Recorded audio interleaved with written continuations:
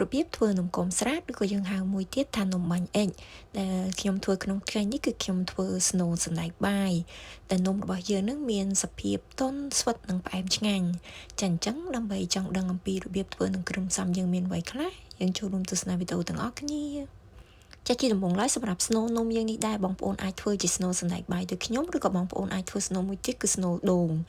ចាដោយជាដំបូងឡើយគឺខ្ញុំមានសណ្តែកបាយរបស់យើងចំនួនកន្លះខាំយើងលាងសម្អាតជំរះវា3-4ទឹកមកឲ្យ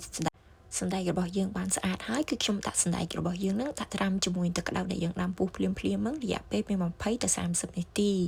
ចាឥឡូវបន្ទាប់ពីយើងត្រាំរយៈពេលប្រហែលជា30នាទីហើយឃើញថាសណ្តែករបស់យើងបានរីកល្អហើយជាបន្តមកទៀតយើងរៀបចំដាក់ចំហុយសណ្តែករបស់យើងដោយជាដំបូងឡើយគឺយើងដាក់ដាំទឹកឲ្យពុះនៅពេលដែលទឹករបស់យើងបានពុះហើយគឺយើងដាក់សណ្តែករបស់យើងចំហុយដោយខ្ញុំប្រើភ្លើងមធ្យមខ្ញុំដាក់ចំហុយសណ្តែករបស់យើងរយៈពេល25នាទីចាំបន្ទាប់ពីយើងចំហុយរយៈពេល25នាទីហើយឃើញថាសណ្តែករបស់យើងនឹងបានផុយល្អហើយអញ្ចឹងជាបន្ទាប់មកទៀតគឺខ្ញុំដួសសណ្តែកបាយរបស់យើងដាក់ទៅក្នុងចានគោមហើយបន្ទាប់មកទៀតខ្ញុំបន្ថែមអំបិលបន្តិចស្ករអំពៅចំនួន1ស្លាបព្រាបាយខ្ទិះដូងចំនួន3ស្លាបព្រាបាយសម្រាប់ស្នូលនំដែលខ្ញុំធ្វើក្នុងថ្ងៃនេះគឺខ្ញុំធ្វើអត់សូវផ្អែមទេបងប្អូនខ្ញុំធ្វើឡំអញ្ចឹងបើបងប្អូនចូលចិត្តផ្អែមសូមបងប្អូនធ្វើការបន្ថែមបន្ថយស្ករទៅតាមចំណង់ចំណូលចិត្តហើយបន្ទាប់មកទៀតយើងកូរច្របល់ហើយយើងតប់ស្បែករបស់យើងឲ្យបានម៉ត់បែបនេះមកចា៎សម្រាប់សណ្តែករបស់ខ្ញុំក្នុងថ្ងៃនេះដែរគឺខ្ញុំអត់យកវាទៅកូរឲ្យដាច់ទឹកទេគឺខ្ញុំទុកវាត្រជាក់ស្បែករបស់យើងគឺវាចាប់ដើមរឹងហាប់ល្អហើយអញ្ចឹងជាបន្ទាប់មកទៀតយើងចាប់ដើមលុញស្នូលរបស់យើងសម្រាប់ទំហំស្នូលនេះដែរបងប្អូនអាចធ្វើតូចឬក៏ធំទៅតាមចំណង់ចំណូលចិត្តជាបន្តមកទៀតយើងរៀបចំធ្វើខ្ទិះដូងតែជាដំបូងឡើយគឺខ្ញុំមានស្លឹកខ្ទឹមរបស់យើងចំនួន1ដើមហើយយើងហាន់វាឲ្យតូចល្អិតបែបនេះមកជាបន្តមកទៀតគឺខ្ញុំដាក់ស្ករសរបស់យើងចំនួន2ស្លាបព្រាបាយអំបិលបន្តិចម្សៅឆាចំនួនកន្លះស្លាបព្រាបាយ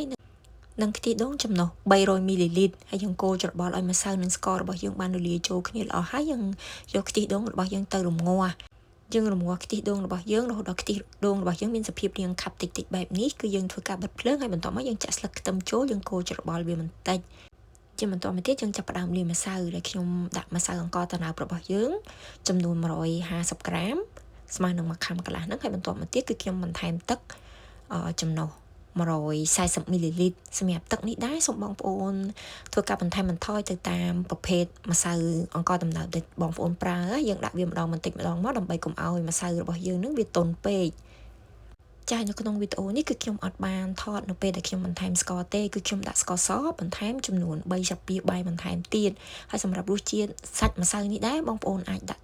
តិចឬក៏ច្រើនទៅតាមចំណង់ចំណូលចិត្តហើយយើងច្របាច់ឲ្យម្សៅរបស់យើងវាបានចូលហាប់គ្នាបែបនេះមកជាបន្តមកទៀតយើងបែងចែកម្សៅរបស់យើងនឹងយើងលុញវាជាដុំបែបហ្នឹងចំនួន8ចំណែកដោយសារតែនំរបស់ខ្ញុំធ្វើក្នុងថ្ងៃនេះគឺខ្ញុំធ្វើនំរាងធំបើសិនបើបងប្អូនធ្វើតូចប្រហែលជាយើងអាចធ្វើនំរបស់យើងប្រហែលជា10នំជាងចាឥឡូវយើងបានបែងចែកម្សៅរបស់យើងជា8ចំណែកហើយជាបន្តមកទៀតយើងលុញម្សៅរបស់យើងឲ្យវាហាប់ជាងនេះបន្តិចទៀតហើយបន្ទាប់មកយើងសង្កត់ម្សៅរបស់យើងឲ្យសំប៉ែតហើយយើងដាក់ស្នូលហើយយើងខ្ចប់វាឲ្យជិតមកហើយបន្ទាប់មកយើងលុញឲ្យម្សៅរបស់យើងហ្នឹងមានសភាព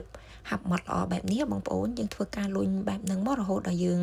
អស់ម្សៅនិងអស់ស្នូលរបស់យើងចាឥឡូវយើងបានលុញនឹងខ្ចប់ម្សៅរបស់យើងរួចរាល់ហើយជាបន្តមកទៀតខ្ញុំយកនំរបស់យើងទៅស្ងោរហើយសម្រាប់របៀបធ្វើនំបាញ់អុិចឬក៏នំគមស្រាតនេះដែរមួយរបៀបទៀតគឺគេយកនំរបស់យើងទៅចំហុយហើយសម្រាប់នំវិញដែរគឺគេធ្វើជារាងសំប៉ែតតែសម្រាប់ខ្ញុំធ្វើក្នុងថ្ងៃនេះគឺខ្ញុំធ្វើជារាងមូលចាជាបន្តមកទៀតយើងរៀបចំដែលយើងដាក់លាយជាមួយទឹកកកហ្នឹងយើងធ្វើបែបនេះគឺនៅពេលដែលយើងស្ងោរនំហើយយើងយកនំរបស់យើងមកត្រាំក្នុងទឹកនេះធ្វើឲ្យនំរបស់យើងរឹតតែស្វិតឆ្ងាញ់ហើយនឹងសាច់នំរបស់យើងវាមានសភាពរលោងស្អាតចាឥឡូវយើងចាប់ផ្ដើមដាក់ស្ងោរនំដោយជាដំបូងឡើយគឺយើងដាក់ដាំទឹកឲ្យពុះនៅពេលដែលទឹករបស់យើងបានពុះហើយគឺយើងតម្លាក់នំរបស់យើងស្ងោរហើយយើងដាក់ស្ងោររហូតដល់នំរបស់យើងវាឡើងអណ្ដែតបែបនេះនៅពេលដែលនំរបស់យើងឡើងអណ្ដែតអស់ហើយគឺយើងស្ងោរវាបន្ថែមរយៈពេលពី1ទៅ2នាទីបន្ថែមទៀតចាឥឡូវឃើញថានំរបស់យើងបានអណ្ដែតនិងឆ្អិនរួចរាល់ហើយអញ្ចឹងយើងស្រង់នំរបស់យើងឡើងហើយយើងយកនំរបស់យើងទៅត្រាំនៅក្នុងទឹកត្រជាក់ហើយយើងទុកឲ្យនំរបស់យើងចុះត្រជាក់នៅពេលដែលនំរបស់យើងចុះត្រជាក់ហើយគឺយើងស្រង់នំរបស់យើងចេញពីទឹកយើងទុកឲ្យវាស្ងួតទឹកបន្តិចមកណាបងប្អូនហើយបន្ទាប់មកយើងយកនំរបស់យើងដាក់ទៅក្នុងចានគោមឬក៏បងប្អូនអាចប្រើឆ្នាំងក៏បានដែរហើយបន្ទាប់មកយើងស្រោចខ្ទិះពីលើជាការស្រេច